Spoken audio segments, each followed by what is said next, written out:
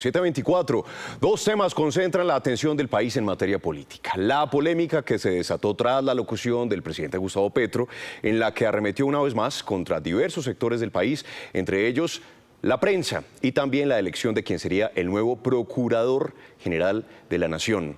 Don Carlos Barragán, usted nos tiene un invitado para hablar de estos temas. ¿De quién se trata?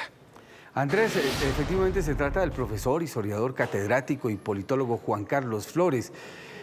Profesor Flores, el jefe de Estado nuevamente ataca a la prensa. ¿Por qué los medios de comunicación están en su narrativa? Carlos, muy buenos días. Recordemos que el presidente ha sido uno de los opositores políticos más exitosos de la historia contemporánea reciente de Colombia. De manera que él tiene una inmensa habilidad, una inmensa capacidad para encuadrar a sus adversarios en un determinado guión. Y el presidente después sigue ese guión con muchísima rigurosidad. Y yo creo que, por desgracia, para la libertad de prensa en Colombia, tenemos a unos medios que incluso tienen en algunos casos hasta candidata presidencial, y eso se dice en todos los rincones y se sabe a lo largo y ancho de Colombia. De manera que aquí hay dos riesgos muy grandes. De un lado, el presidente que mete a todos los medios en un mismo saco, incluso a medios. Hay medios en Colombia que están garantizando la información. En muchas regiones los periodistas están bajo la amenaza de la violencia, y de otro lado unos medios que tienen, como yo subrayo, hasta una candidata presidencial, y eso afecta la credibilidad de todos los medios, y en eso el presidente juega de manera muy astuta y sagaz para meterlos a todos en el mismo saco. Señor Flores, el presidente Gustavo Petro no se inventó el odio, pero lo atiza muy bien y lo vemos en sus alocuciones. Pero a la vez llama al acuerdo nacional. Es una disonancia ¿cuál es el efecto que puede traer en el país político, en el país económico, en el contexto en el que estamos y en el mensaje a sus electores? No olvidemos que en menos de 2 años tendremos elecciones. Ya lo que está ocurriendo con la elección de procurador es un paso en ese sentido. Y el presidente, que goza hoy tiene alrededor de 30 o poco más por ciento de los votos, sabe que con esos votos tiene hoy la capacidad de pasar a una candidata o a un candidato suyo a segunda vuelta. De manera que está utilizando un método que hoy se conoce en todo el mundo, como lo hace, por ejemplo, el candidato a presidente, el expresidente Trump en Estados Unidos, y es aglutinar a sus seguidores con la idea de que están rodeados por todos lados de enemigos, y que si no van juntos a las elecciones, pues pueden perder la posibilidad de gobernar. Y en eso, en el mundo, en esa estrategia, en ese guión, hoy no se hace ascos absolutamente a nada. Si hay que desaparecer la verdad, si hay que presentar a los adversarios de la peor manera posible, eso se va a hacer. Recuerde usted lo que ocurrió en la campaña pasada, cuando varios candidatos, pensemos el caso de Fajardo, fueron completamente destruidos por el sistema de propaganda creado por el presidente. Hay una reunión, recuerde usted, que fue filtrada, apareció la grabación donde todos los que rodeaban al presidente, el actual embajador en Chile, el actual embajador en Inglaterra, planteaban con completo descaro cómo iban a destruir a sus adversarios.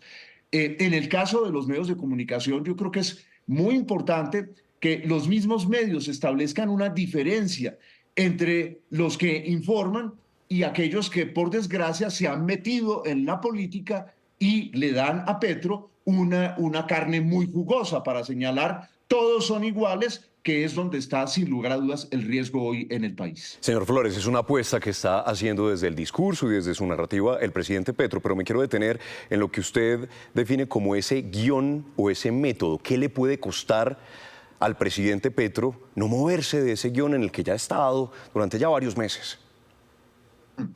Piensa usted que hoy en la política del mundo, por desgracia, es lo que permite que las figuras tengan un campo para trabajar. No olvidemos qué es lo que está en juego aquí. En Colombia hay 2 vueltas, y eso parece haberlo olvidado, por desgracia, una parte de la oposición en nuestro país.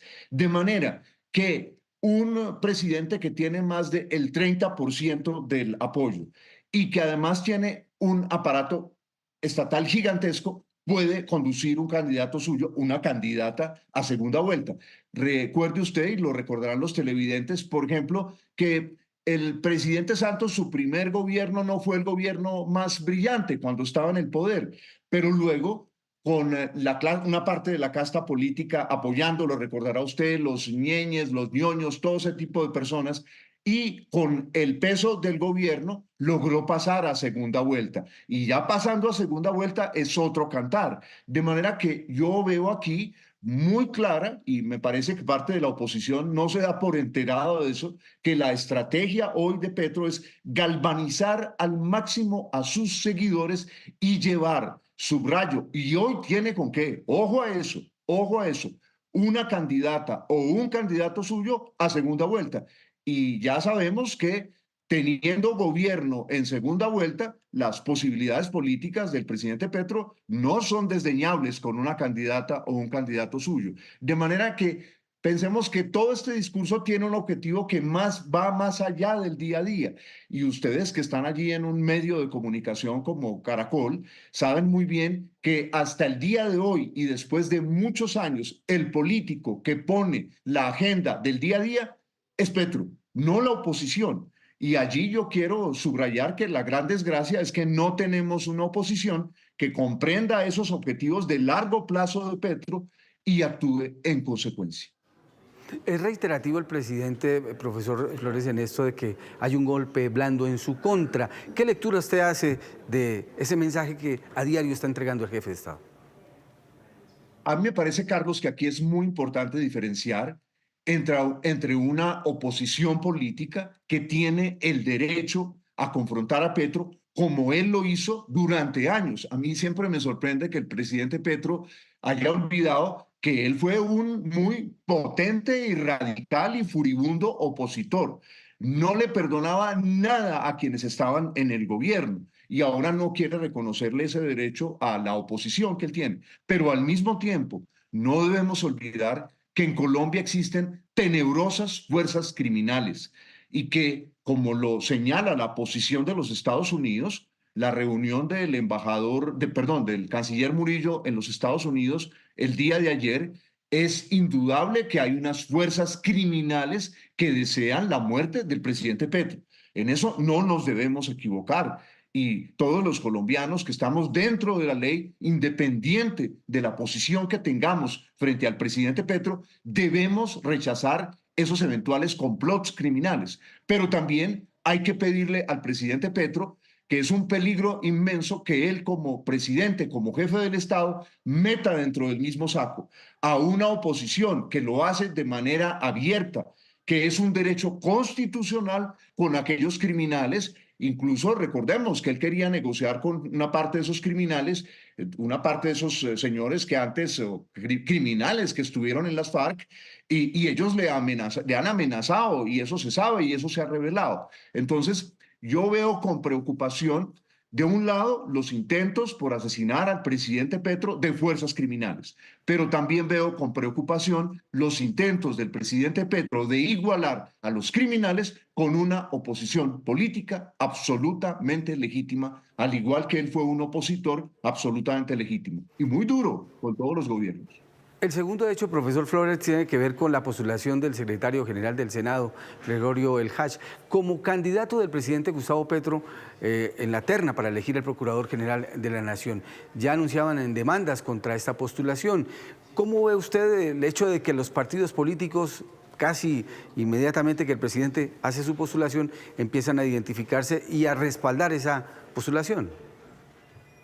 Comprenderá usted, Carlos, que ha cubierto la política muchos años, que a este procurador que se ha elegido le va a tocar estar ante el gobierno y ante buena parte de la casta política en plenas elecciones.